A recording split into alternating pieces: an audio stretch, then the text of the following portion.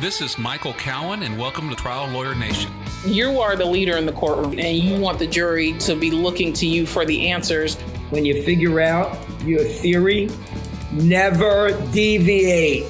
You want the facts to be consistent, complete, and credible. The defense has no problem running out the clock. Delay is the friend of the defense. It's tough to grow a firm by trying to hold on and micromanage. You've got to front load a simple structure for jurors to be able to hold on to. What types of creative things can we do as lawyers, even though we don't have a trial setting? Whatever you've got to do to make it real, you've got to do to make it real. But the person who needs convincing is you. Welcome to the award-winning podcast, Trial Lawyer Nation, your source to win bigger verdicts, get more cases, and manage your law firm. And now, here's your host, noteworthy author, sought-after speaker, and renowned trial lawyer, Michael Cowen. Today on Trial Lawyer Nation, we're broadcasting again live from the AAJ Annual Convention in Philadelphia. I have my good friend and great trial lawyer, Michael Leizerman. How you doing, Michael? I'm doing great. Thanks for having me back, Michael. Thanks for coming on. I just, before we get started, I want to say a thank you and a shout out to LawPods. LawPods sponsors this podcast. They do our production. They're here. They got the lights and the microphones and headphones and everything for us. They do all the editing. They just make life so easy because all I have to do is talk to you, and they do everything else. So if you're thinking about doing your own podcast and don't want to have to learn all the different software and buy all the equipment, I highly recommend LawPods. I am very impressed with LawPods right now. So, Michael, you've been on the podcast before, and so a little bit of background. You're a trial lawyer, probably one of the best trucking lawyers in the country. Not probably, you are one of the best trucking lawyers in the country. You've got a book. Was it Litigating Truck Accident Cases? Yeah, you got it right. And one of the founders of the Academy of Truck Accident Attorneys, one of the founders, if not the founder, of the Truck Litigation Group. But on top of all that and all your prior big verdicts, you have a recent $18 million verdict. Yeah. I tried a case in May of this year, 2023, in federal court in Detroit. It was a case that went on for 5 years, and the clients were very frustrated. I was frustrated for them because we had 3 different judges, and we were delayed by COVID and had multiple trial settings because of all of those different reasons. And finally, 5 years and a couple weeks after Tracy and Joe's son, Dylan, died in a car truck crash, they got their day in court. And it was a trial that I feel very good about. Yes, because of the verdict, numbers, the money verdict that the jury gave, and because it was a trial that was healing and cathartic even before the verdict came out for my clients. And that's something that I believe strongly in and love to talk about. I do want to talk about the case and your strategy and how you worked it up, but that is so profound. Do you mind if we start there with the cathartic effect? Because, we hear so often, we get all this pressure to settle cases. In a wrongful death case, these judges and mediators, and sometimes even the other side, like, do you really want to re-traumatize your client and put them through reliving everything that happened? You just got to settle the case because it's just not fair to your client to put them through that. We hear that probably in every case, right? From the mediator, from the judge, don't re-traumatize. You're exactly right. And I simply disagree with that. I think that it is true sometimes, and I think there's a way in which we can handle our cases throughout and a way we can try our cases that is healing and cathartic. So part of that is an attitude readjustment to have that in mind right from the onset. That includes how we talk to our clients from day one. It includes asking them, what are your goals in this case? What do you want from me? Now, most of the time people say, I want you to win. I want you to get as much money. But not all the time. Sometimes people say, I want to know what happened. It's killing me to not know exactly this, or was the truck driver on the cell phone or whatnot. And then people are afraid. Our clients are afraid of trial, of depositions, if we don't prepare them properly. People hate public speaking. No one wants to expose their life and this very intimate thing, the relationship they had with someone who was killed. They don't know is are their personal, you know, values going to be attacked or things in their life that they're not so proud of. So to me, it's spending a lot of time with the clients before their deposition talking about the love. And so most of my cases are wrongful death cases. I think this definitely applies in injury cases. It especially applies in wrongful death cases. Um, and I used to talk about it, I think, in a way that was too convoluted. And I'll give my law partner, Andy Young, credit for coming up with a much simpler metaphor, and that's the big balloon. So when I prep clients now, I'll say, like in this case, Dylan was the young man who was killed. What was Dylan's favorite color? Oh, he loved red and blue. It's always interesting. It was the first time I got two colors. Loved red and blue. All right. Well, your job in this case is to fill a red and blue balloon with love. Everything you talk about, I want you to fill that balloon until it's so big that the jury and the judge and everyone can't help but see it. And anything that doesn't go to filling that balloon is not important. You weren't there in the crash, and it's a little different if someone was in the car. No, I wasn't there. So the other side is going to ask you questions about his driving habits and did he use his cell phone when he drove and this and that.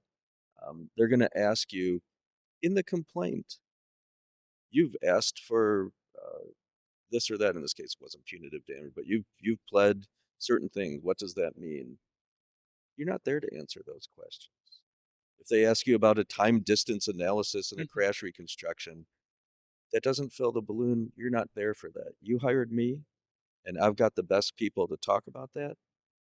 You are here as an expert in your love for your child. You fill that balloon, and that's your sole job. And then we'll role play it. So, they ask you a question about your complaint says this or that. I don't know anything about that. Ask my lawyers. When they ask you about love and filling the balloon or what you like to do with Dylan, that's what you're an expert on. That's what you talk about, and that's all that you talk about. Wow, there alone, people, uh, these clients and all my clients, I'm sure yours too, sigh of breath of relief. Okay, I can do that. That's painful and cathartic, and I can do that. Don't make me, don't put me in a position where I'm going to embarrass myself because they're going to ask me a legal question I don't know the answer to. And when we go over and over, that's not your job. Your sole job is to fill that balloon. They get it. So we talked about getting them ready for their deposition. How about the trial itself? How does the trial serve as a healing process? So the first part is the prep once again to remind them because the deposition will have been a while ago that this is just like the deposition. We're filling the balloon. It's talking about hope when that applies because I don't believe in putting in hope artificially. Sometimes it's very difficult or maybe they're not at that process yet. But when it's really there, that's great. And to create an examination where they have an idea of the vignettes from life that we're going to talk about, but it's not rehearsed. It's going to come out a little different each time, but I know generally where I'm going to go. And when you do it like that, what will mostly happen, like in this trial, is the other side will not cross-examine. And once in a while they will. That usually works out pretty well also. So, but to answer even more directly, it's my mindset because it's a little different in every case. What does it take for it to be healing? Because people need different things to heal. And that heal doesn't mean 100% healed. It just means it's part of a process. It's very important to me to be compassionate. So I wrote, as you know, a book called The Zen Lawyer, and that's about being present. That's about compassion. Being a compassionate lawyer. And to me, compassion is a very specific thing. It means wishing well for all beings. Of course, I have a duty to my client first. So I want this to be cathartic for them. I want this to be healing for them. And when possible, I want it to be something that is healing or helpful or certainly not harmful to the defendant, to the judge, to the jury, to everyone involved. And so bringing that mindset, there's a little creativity. How does that manifest in each case? But when you look for it, you'll find it. And in this case was a pretty good example of that with the defendant. And I wanna ask about the case, but you said one thing, that I don't wanna forget, so I wanna ask you now. You talked about when it's there, going into hope. How is there hope in a wrongful death case? Yeah, every case is a little different. And and here what's interesting was I explored the hope and didn't end up using it in trial because in the moment it just didn't feel right. And where the hope was that these parents had a very, very close relationship. They're divorced, and each one of them individually after the divorce, certainly before that, very close relationship with their son. So much so that it's very difficult for them to literally get out of bed after this happened. And so I would ask them, well, what did finally get you out of bed? And for them, it was I don't know if I'd say religious or spiritual, but it was this idea that Dylan was watching them, that they didn't want to let him down. The father talked about it. Dylan was kind of a prankster, and he had left a handprint, a glow in the dark handprint on the dad's door when he was alive, and now Joe says that door comes with me if I ever move. That door will be Yeah. my bedroom door forever. And when I'm feeling down, I just put my hand on Dylan's hand and just connect with him. So, is there a hope that life is the same again? No, it'll never be the same. But a hope for as much as we can hope for, that we keep on living, that we get through it the best we can. So, I want to explore that, and it's very difficult. I mean, to do our job right really takes digging in with people and asking those hard questions. And once in a while, you'll find it's very hard to find the hope. How do you make the time to spend so many hours with your clients? I handle 10 cases at a time. Okay. How do you because there's you can spend hours with somebody and not be present, but if you're not really present, you're not gonna get you understand what I mean by present? I mean, you need to be fully engaged where they are at rather than trying to push them to say what you want them to say. How do you get yourself in that mindset?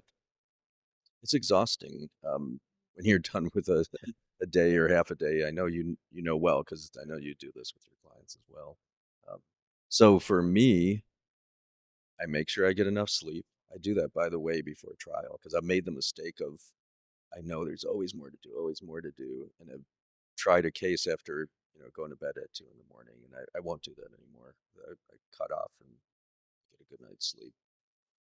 I'll also invite other people from the firm.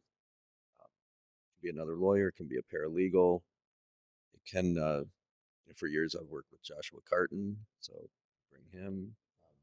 Recently worked with Jesse Wilson, so sometimes bringing in an expert. And part of that, of course, Joshua's brilliant. Jesse's brilliant. You can work with other people. Part of it for me is just to give me a little bit of a break because it is hard if you're in your fourth hour working with someone. You need to take a break. I've also gone to breaking this into chunks because I find that I'll get myself physically and emotionally ready, and my clients need a break. Yeah. So more and more, I do this myself, and I might meet for 3 hours and just say, okay, we're going to do lunch, or I'll come back again tomorrow. Because our clients are not used to just opening up and being this emotionally available and vulnerable. Do you find it makes a difference where you do these meetings? I do. I like to meet initially, or the many of the first meetings at the client's house for many reasons. Um, Households, memories. Another something else I'll give Andy Young credit for is he'll say the home is a witness. The home is witness. So being in the home, if you see the room, like in this case, in a lot of death cases, that has not been touched, Yep. there's still the same dirty laundry that they'll still have the smells of Dylan in them that they will not move. Maybe some year, maybe not. So those kind of things are very telling. Also, that's where the clients are comfortable. I haven't, I met once about a year ago with a client at my office because they insisted.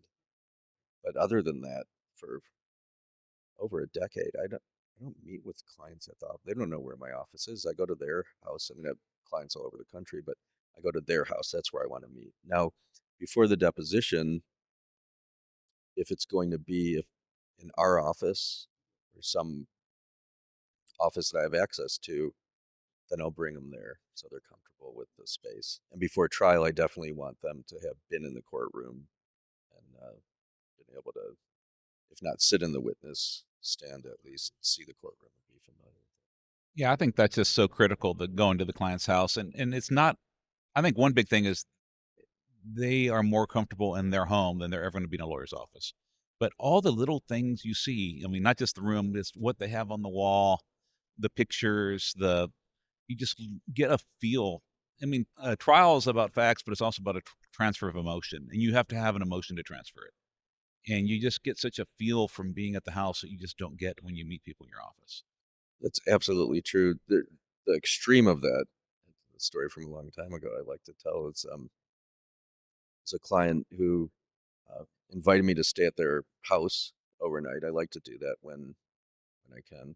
And I was in the basement. This was a young man who was killed, young husband and father. And the daughter, the little girl, also had a room in the basement. And about 2 in the morning, I hear screaming. So the next morning, it's breakfast. Um, and I say to the mother, thank you. Everything is very comfortable. And how is little girl this morning? I heard her screaming. Oh, I'm sorry if that woke you. No, no, no, it's no problem. So, well, I'm just sorry. Ever since her dad died, she wakes up screaming at 2 in the morning every night. Never did that before. I'm looking at her, and she said, "Oh, I guess that's something would have been helpful to tell you, wouldn't it have been?" uh, yes, and now I've learned that. Thank you. So that's an extreme. I'm not saying you always have to sleep at your client's house, and I would have never known that hadn't I done that. So it's really caring about your clients and being willing to enter their world, which many times looks very different from yours. All of our little personal worlds are very different. Entering it, and by doing so, finding the themes that transcend the demographics that so many lawyers think matter and simply don't. The the political demographics, the racial demographics, the anything else that can be put into a category is not important to me. So let's talk a little bit about the case. So what happened? Yeah, such a simple question. It's hard to know where to start, right? A young man was killed, and his mother and father love him dearly and miss him horribly. The way the defense tells the story is that a 21-year-old was on his cell phone speeding, and a truck pulls out in front of him. And had he been paying attention and not speeding, he would have been able to avoid striking the truck. The way I told the story was there's a truck that is driven by a worker for Crossfire who's in from out of town doing work on pipes, gas lines in the middle of farm fields. And every day he gets off the same exit where there's a stop sign. There's a little bit of a blocked view to the left because of the way the guardrail is. And every day he pulls up carefully, knowing that his view is partially blocked. So he needs to look extra carefully and pause before pulling out to turn left to get to the field where he's working. And he does that every day. Friday, Saturday, they work on Sunday, Monday, Tuesday for 7 days until this day, this Friday back in 2018. So that's what the truck driver knows from his prior experience before the day of the crash. And what Dylan Monty, 21 years old, knows is that he drives this route often because it's the route from his girlfriend's house where he spends the night, half the time. The other half the time is at his dad's house. And he comes down this road over a bridge that crosses the interstate, and there's cars and trucks that pull off the off ramp, and he sees them pull up from between where the guardrail ends to the fog line, this what I call the full visibility zone. And he sees people roll through it, slow down and stop and let him pass. So on this day, what happens is the truck driver gets off the exit, runs through the stop sign. When he's in the full visibility zone, he's looking to the right. He's not looking to the left and pulls out into traffic. Dylan sees a truck that's slowing down in that shoulder zone like he would have seen so many times before. And usually they stop. But this truck driver at the last moment, instead of stopping, punches, this is his testimony, punches it and lurches out in front of him because he wasn't looking to the left. So the truck driver admitted he was responsible, that this would have never happened had he looked to the left. So it never happened had he stopped before entering the intersection. And he admitted that he was a cause of the crash. So what happened in trial was Crossfire's lawyer and his lawyer, the defense lawyer, gets up and says, this truck driver's admitted his fault. This has really affected him. This has ruined his life too. And but Dylan did two things wrong. He was on the cell phone and he was speeding. And yeah, we shouldn't have pulled out, but that's one thing. So they did two things wrong. You should find 66 and 2/3% against Dylan. We did one thing wrong. It should be 1/3 against us. And in Michigan law, what would be the effect of that? A zero recovery. And so I called him out on that. I said, they're really paying lip service to being responsible. They come in and they want to say they're responsible and they're a cause. Well, the truck driver does. But they're really not taking any accountability because they want to get off scot-free and pay nothing. So that was one of the themes. The other theme, if I could return to it, was really the idea of love and healing. So the truck driver was at trial.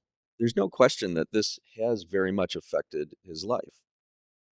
Like so many defendants who are involved when there's a wrongful death, whether it's a doctor, a truck driver, another car driver, or whomever, they're human beings, and most of them, it takes a toll on them as well. So the truck driver sits through trial, head hung, in just a depressed presence for the whole trial. And then in closing, well, throughout his direct exam and in closing, his lawyer argues, you've seen what the truck driver has gone through. He, basically he's already paid. I didn't object, but he used an improper golden rule argument. He said, put yourself in his shoes. Imagine if you'd gone through this. He didn't mean to do this, and he's already suffered enough from this. And so I had to really examine that and do what I call being fierce and compassionate. So the fierceness is saying, is calling their bluff, saying, come on, the truck driver is doing the right thing. As a matter of fact, one of the few things they objected to in the whole trial was when I said, Well, when you say you were a cause, you'd admit you were most of the cause, right? Objection. They wouldn't let him answer that. Why wouldn't they let him answer that? Because that would have meant Yeah. they had to pay something. So it was definitely calling them on that and saying, here's a truck driver who's doing the right thing, but the company won't take any accountability. The second part of this trial that was really most important to me was the compassion for the truck driver. So I thought about doing it when my clients were on the stand, but I thought it would seem contrived, even though it was legitimate and genuine from them. So I did it in closing, and I talked with them at length about this. So I was able to honestly say to the truck driver, Joe and Tracy forgive you. They know this wasn't intended. They appreciate that you've owned up to your part of this. And they ask you on their behalf, and this is what Dylan would want, get on with your life. I know how this has affected you. Don't make this a double tragedy. I don't know if you'll listen to me or not, or if it sinks in today, or maybe when you're thinking back on this, but please get on with your life. Go live life. And then turn to the jury and say, and whatever you do with that, that's not part of your considerations, but we do hope truck driver takes that to heart. And you have to answer these questions on the verdict form. Let's go through them. And we did that.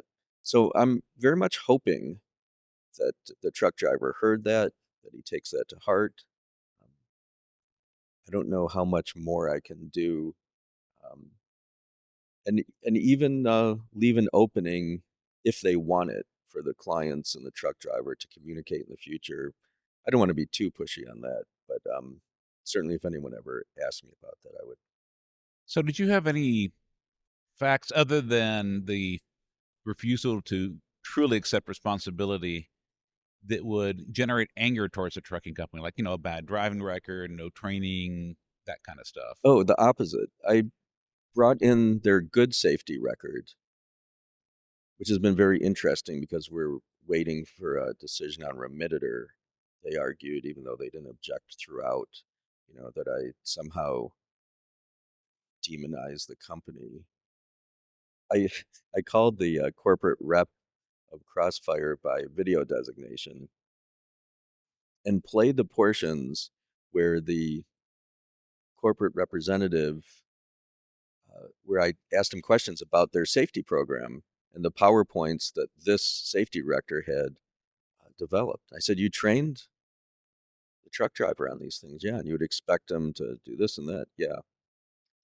I've looked at this. I think this is a good safety program. I agree with what's in here. You've done a good job. Oh, thank you very much." And I made a decision to play that. I'm not sure I can articulate all the reasons why. I definitely wanted to show that we weren't looking to punish the company.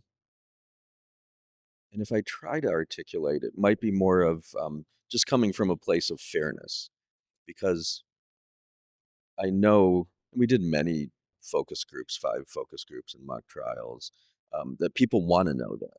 Well, was this a safe company? Did this driver have bad driving history? And that wasn't the case here. And I wanted to call attention to it and to actually say, you're. I said in closing, we're not here to punish. You heard that the company was generally a safe company, and the truck driver here didn't do what he was supposed to, and he needs to be accountable. So it's the opposite of what I think many people think you have to do. Yeah, because we hear so often the jury doesn't care about your client. They only care about themselves. You have to make the company evil, a danger to them, to get the jury so mad that they just, out of rage or self-protect preservation, they go and allow this huge verdict. But you did the opposite. Maybe I could have gotten more than 18 million, but I wouldn't want to get it that way. And I don't think so, because I think ultimately there's a credibility that matters more than anything. So what was the verdict? Let's kind of put it in. So the damages were 18 million. What did they do on liability? Liability was 85%, 15%. 85 on the trucking company. Correct. And they broke it down for past. There's no grief allowed in Michigan, so in other jurisdictions I've been, I think this would have been double. Usually the jury will give the same amount for loss of consortium as they do for grief and mental anguish. But here we just had the consortium, which is defined as companionship largely in Michigan. But that's the law that we had. Each year, the law firm of Cowen Rodriguez Peacock pays millions of dollars in co-counsel fees to attorneys nationwide on trucking and commercial vehicle cases. If you have an injury case involving death or catastrophic injuries and would like to partner with our firm, please contact us by calling 210-941-1301 to discuss the case in detail and see where we can add value in a partnership. And now, back to the show.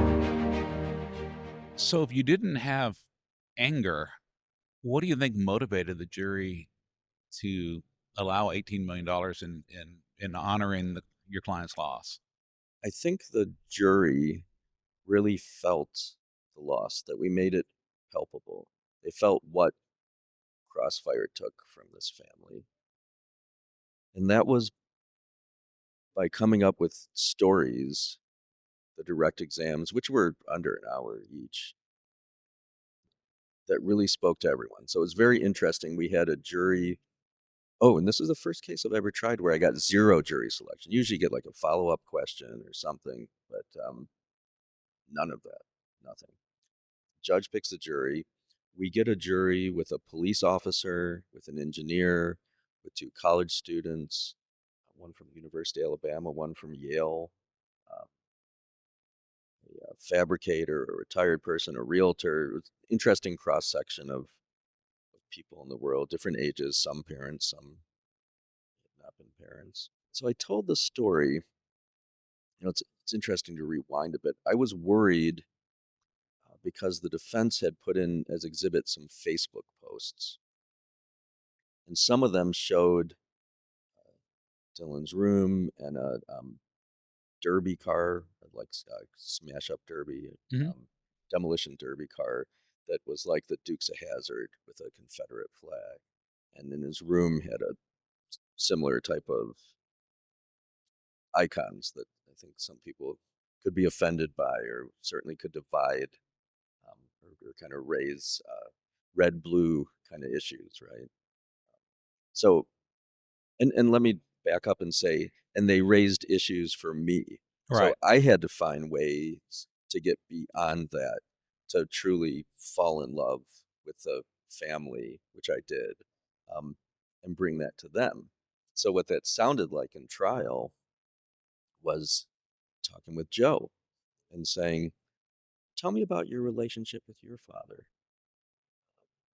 Well, what do you like to do? Love to hunt. I was always his dog. What? Well, I'd go fetch the the critters until I was old enough to hunt on my own. How old was that? 8 years old. I'll never forget. That's when I could take a hunting safety course. What did you get for Christmas that year, Joe? I'll never forget the look on my dad's face. It was the biggest smile I've ever seen him have. When I opened up my Christmas present, 8 years old, it was a 20 gauge shotgun. So I was able to look at this jury, including the student who's going to Yale, who I think had a very different upbringing from what I could tell. And said, wow, that's, my dad was a high school teacher, and that's not how I was raised. And we did different things. And it sounds like that was pretty important to you. Oh, there was nothing better. That was time with Dad. And how about when Dylan was born? What do you guys like to do together? Hunt, fish? Yeah. Safety course? Yep. When he was 8 years old, took a safety course. And how about Christmas? Oh, yeah. Don't you know it? 20 gauge shotgun. I was so proud of him. So I was able to take this thing that sounds like some people might say you gave an 8-year-old a shotgun for Christmas. I'm from Texas. That does not sound outrageous. Okay. But I understand a lot of people would. Yeah. And this is in Detroit. So there's some people who are out in the country. There's some people from the city. And I was able to just take that and show what was really important was the time together. And there was something that I asked that fascinated me. I asked Joe, I said, do you think you could have been a better father? He said, no. And I talked about that in closing. I said, I was thinking about that. And could sound pretty arrogant Yeah. because I certainly could be a better father. And I think of failing. Then you know what? Maybe Joe's right. I don't know what more he could have. He had a fishing charter he was getting ready to give to his son. They spent time. Really, what more could he have done? Um, and so I like to talk to a jury to answer all the questions I know they have. Like, why do we have to do this? Why don't we have a chart that says this is how old you are? This is how Yeah. many times you texted your parents that month, and here's the value of the case. We don't do that because you, the jury, are the computer. You're the ones that bring common knowledge of this relationship, let's say, versus one where there's an estranged child. And I just can't imagine a closer relationship than this mother and father had with their son. And I know that was palpable in the courtroom, and the jury felt it, and it was reflected in their verdict. I invited the defense, said if they disagree with this, suggest some other way to think about it. This is how I think about it. Um, and Michigan law requires you to put a future value for each year for the consortium. And I suggested $1 million a year. Defense got up and said,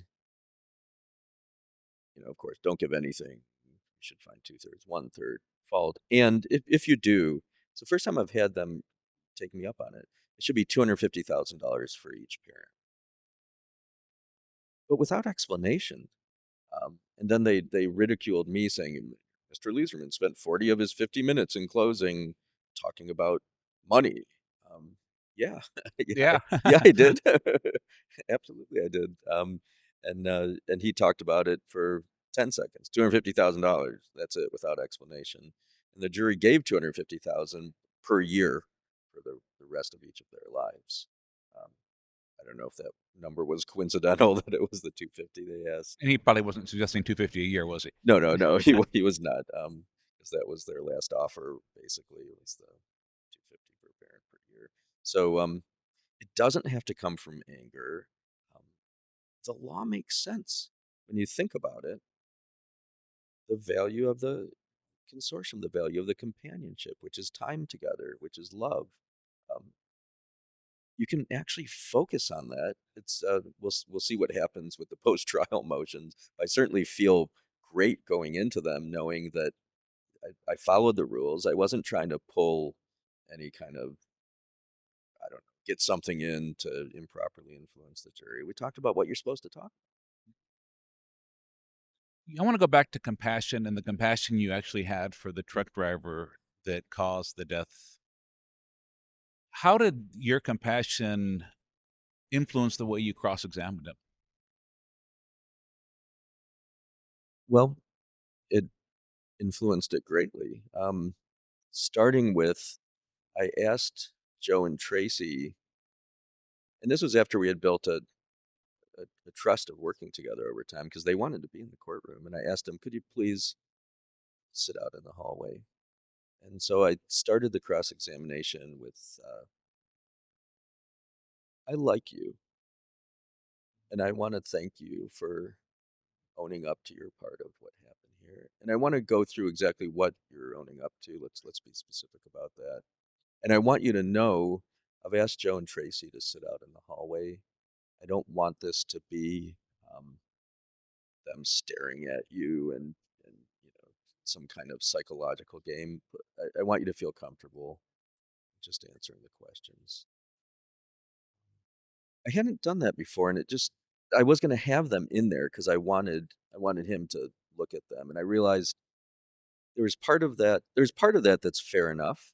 Like, they have to live with it. Why not have him look in their eyes?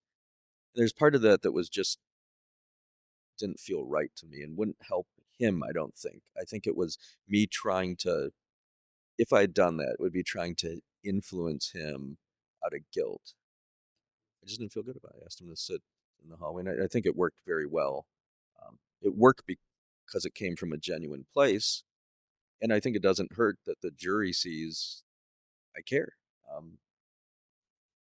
I'm there trying to get to the truth and trying to do it in a fierce and compassionate way. Now, it sounds like you did actually have some comparative fault, legitimate comparative fault. If from what I'm hearing, that maybe he was speeding, maybe he was on the cell phone. How did you handle that? Yeah. So let me start with the cell phone because the second judge we had before she was promoted to the Sixth Circuit Court of Appeals granted our summary judgment, keeping the cell phone out because there wasn't enough evidence. That what the evidence was that everyone agreed to was that when the police officers came, there was a cell phone on the ground. They turned it over, and Snapchat was open. There was a Snapchat story. This judge, thankfully, when he got the case, based on some new law in Michigan, reconsidered that decision and set it aside. And 2 weeks before trial, let the cell phone evidence in. 2 weeks before. Yeah. I say thankfully because now there's nothing to appeal. They would have probably appealed that. And so after I got over my initial shock of, oh my goodness, I don't want to continue with this again. What's going to happen? Like, okay, let's deal with this. I say thankfully actually for two reasons. One is takes away the appellate issue.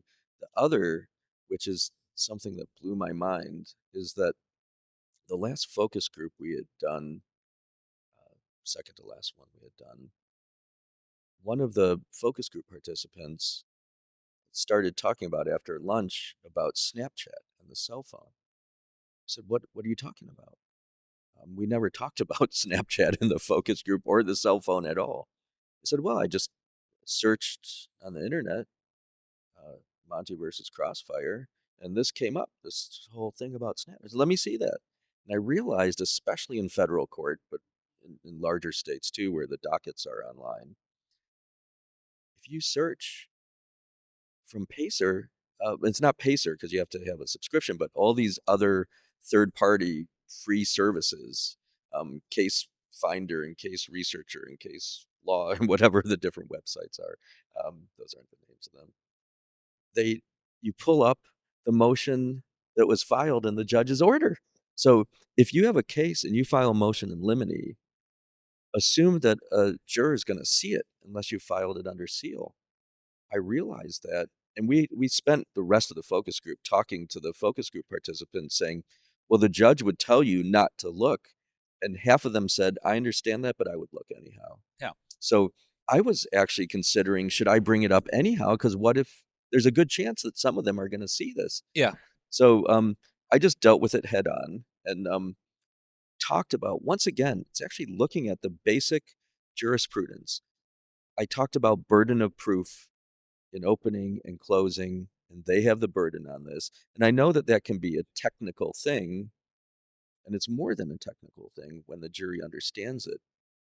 We entered in, because it was so last minute, and no one had experts queued up, because it was 2 weeks before trial, we just worked back and forth to a stipulation that we read to the jury that here's how Snapchat works. When it turned over, the Snapchat story was there. It was posted 12 hours before.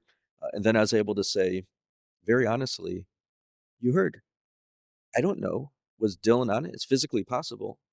Had he looked at it at breakfast and then thrown his phone on his chair? That's physically possible too. They have the burden. They can't meet it. That means something. They want to blame him just because he's 21. He must have been on Snapchat. They can't prove it. And I think the jury understood that. That's awesome. You've tried a lot of cases and you've had some incredible results. What do you think makes a good trial lawyer? Let me rephrase that. What makes a great trial lawyer? What makes a great lawyer, first of all, and definitely trial lawyer, the first thing that comes to my mind is listening. There's so many people say, oh, my niece is such a good arguer. She's always arguing with people. She should become a lawyer. I say, well, maybe. But arguing is not what makes a great lawyer. I think listening is one thing. The second is courage. So I kept talking about fierce and compassionate. It's having the courage to stand up and be vulnerable to say things that might counter what popular opinion is, like not to go to the place of anger or whatever it is for you. But I think having the courage to be there, and most important for trial lawyering, especially, is presence. And there's a whole lot in that. I think there's courage in that. I think there's self-awareness.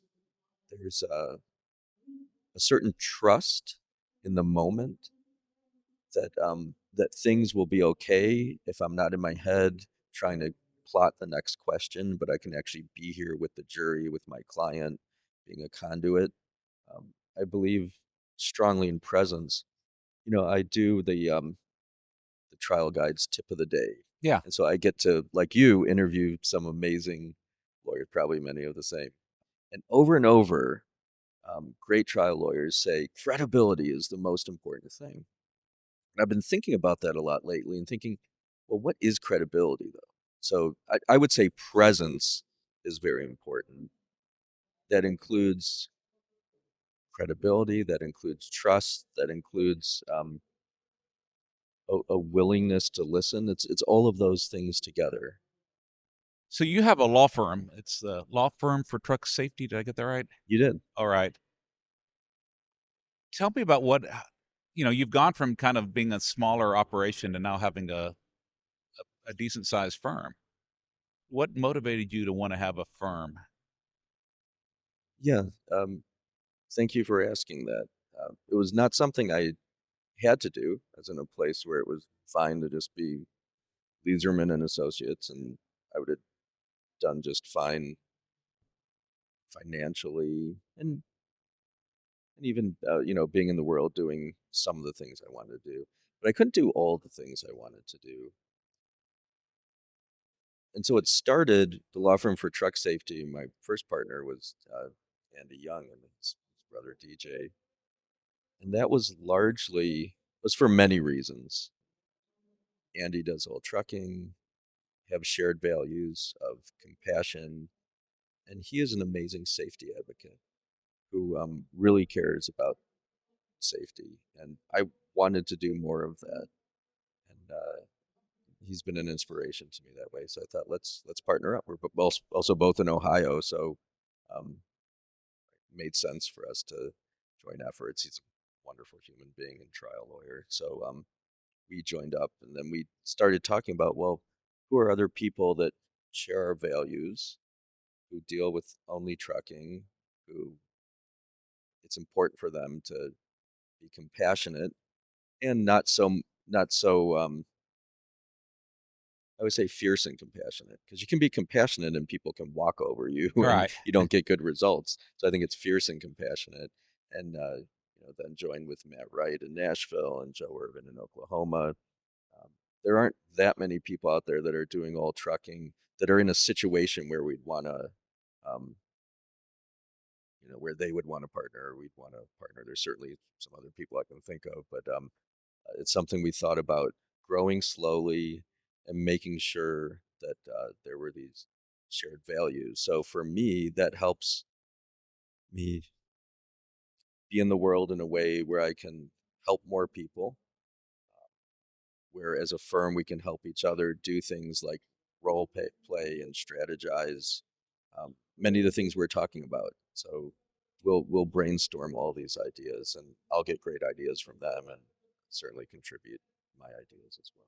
So going into your wanting to do good in the world, you also one of the co-founders of the Academy of Truck Accident Attorneys.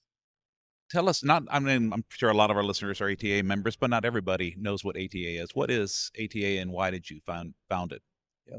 The Academy of Truck Accident Attorneys is a group now of over 1,200 lawyers and paralegals. I think we're over 1,000 lawyers and a couple hundred paralegals who focus on plaintiffs' trucking work and don't do insurance defense or trucking defense work.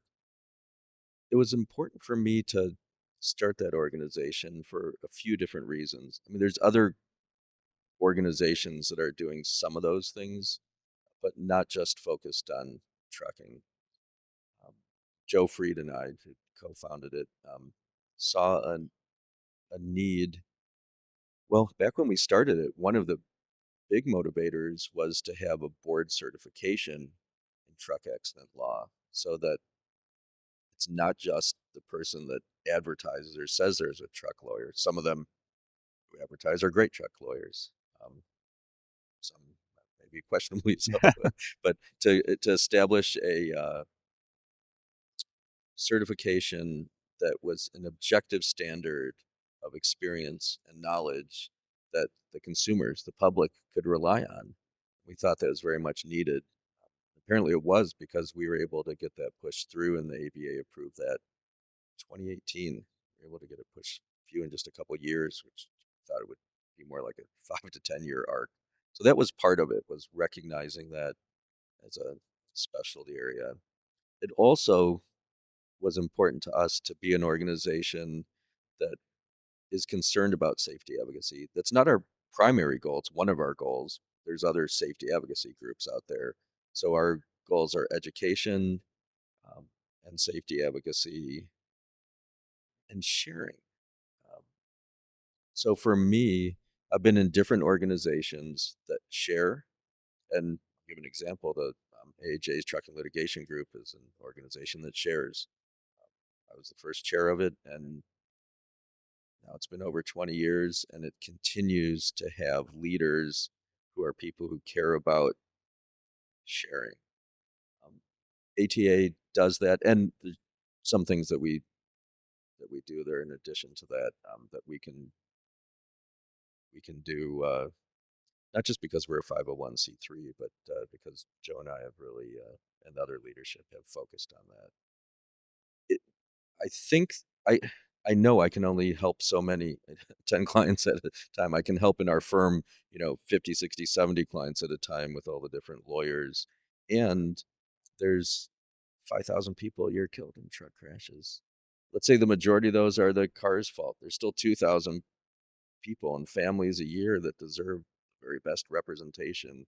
So I know that we have an organization of people who share and help lawyers do the very best they can to help their clients, and uh, who are interested in, maybe they do it a little differently than I do, but in doing it fiercely and compassionately and trying to leave the world a little safer and better place.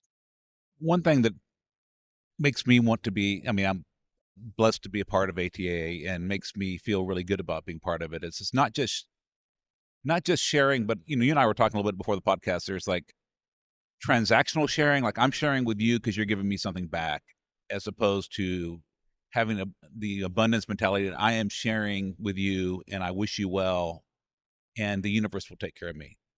You don't have to give me something back. And you have shared so much with people that will never be in a position to directly give you something back, but you still share. I feel like, I feel like I have to. No, I don't have to, but I want to. What's the alternative? The alternative would be, and certainly thoughts go through your mind. Thoughts have gone through my mind. Oh, what if we don't start an organization like this? What if we're not sharing so much? Maybe some of the top cases will come to me. Maybe there won't be as many truck accident lawyers in the world. Is that how I want to be in the world? Maybe you have to pay money to go to the Michael Leizerman trucking course, or Yeah. but you're not doing that. Like I was saying, you could, but you're not. And I have a lot of respect for, and I also believe that when you go with an attitude of abundance, the universe does take care of you, because neither you or I are suffering financially because of this mindset. We're doing very well. And some people would say it's education-based marketing. I think it's beyond that. I agree. And I think of Rena, my wife and law partner, has really taught me that, the idea of abundance mentality. There's enough there for everyone. And by sharing, you share not because it might come back. You share because you want to share and make the world a better place. And what's amazing is it usually does come back.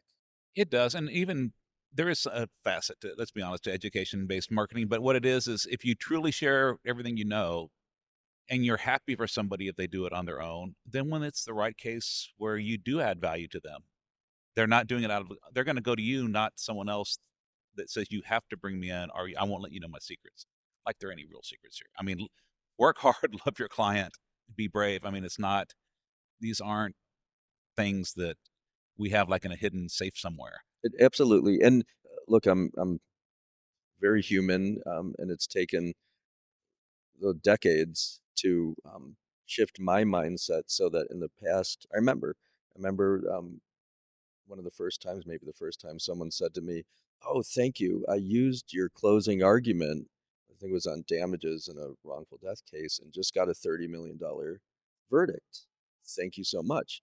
And the first time I heard that, there was a part of me that wanted to make like a smart aleck comment, like, "Oh yeah, where's my referral fee?" Like, "Oh, that's nice. Why didn't you bring me in? I'm glad I Right. could help you." And that's just acknowledging like part of me that part of me that can be greedy, part of me that wants more, Yeah. and by recognizing that part of me, to really think about that and feel that, and now I really feel not 100%, 99.9% when I hear that. Oh, truly, truly thrilled.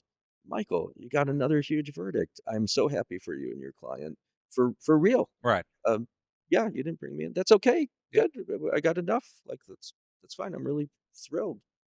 So that's been a process for me, and I do feel that way. I know you do too. To me, the true growth is when you can be happy that one of your referring lawyers got a verdict without you. That would be the ultimate growth where you've proven that you have true abundance. Yeah. I'm 95% of the way there. I'm not gonna lie and say I'm 100%, but I'm getting there. It's a process, and it's not like we reach a state of enlightenment and stay there. It's why I meditate every morning. It's a process to every day remind myself I'm grateful to be alive. I'm so lucky for what I have. Yes, I've worked for it, but there's a lot of people who work really hard who don't have the material or other success that you and I have. So every day I sit, I'm grateful to be alive, and I think about what can I do today to help reduce suffering in the world, to help do good, to help best represent my clients. Um, and I include myself in that because for a long time I didn't, and also to make this fun and to reduce suffering in my life. Absolutely. Well, you have done a lot of good in my life, and I appreciate it, and I hope that everyone listening got something out of it. Please join us. ATAA is having our annual symposium in Atlanta this year, September. I believe 27th to 29th. Yeah, so if you do trucking or you're thinking about doing trucking and you're a plaintiff's lawyer, you really ought to sign up, academy@truckaccidentattorneys.org. And can I plug my Zen Lawyer Oh, workshop? absolutely. That's also been life-changing for me, and really helped me break through some of my own blocks that were keeping me from being fully present in the courtroom. So That's please. nice. Thank you for saying that. Joshua Carton, trial consultant extraordinaire, Rinsen Roshi, a Zen master and 6th-degree black belt in Aikido, and myself have been teaching this now for, I think this will be the 9th year. And it's a little different format now than when you went through it because it's now being held at the Zen Temple in Toledo. It's in October. I don't have the dates offhand, but you can go to the zenlawyer.com. It'll also be in the show notes. Great. I know it's in October this year, and we've changed it to not just a workshop, but a workshop and retreat. So what that means is people stay at the temple in bunks. There's a hotel option if people are really opposed to it, but last year some people thought they want to stay at the hotel, end up in the bunks. We have a lot of fun the first night, a little party, get to know each other, and then after that, we still have fun, and it's a retreat. So lights out at 9:30, everyone gets a full night's sleep. There's a morning bell that wakes everyone up, and it's a silent retreat largely. I mean, we certainly do work getting up and practicing presence and opening and talk about trial skills. But there's, for example, no cell phones, no drinking. And I know a lot of people need to check email, right? So we've actually developed, we have lunch together, we have a rest period where everyone rests, and then we do a group email practice.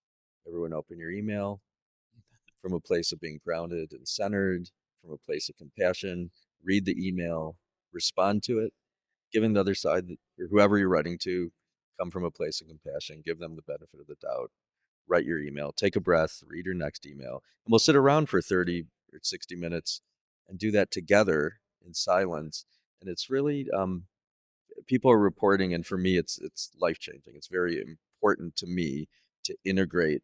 It's not like I can be a good person when I come home, but life is so stressful. Everyone always asks about this work-life balance, and I know we're at the end of our program, but I would just say that I believe they can, and for me, do coexist, that we can hold these values through the work we do. We can be champions and advocates for our clients, while still being compassionate.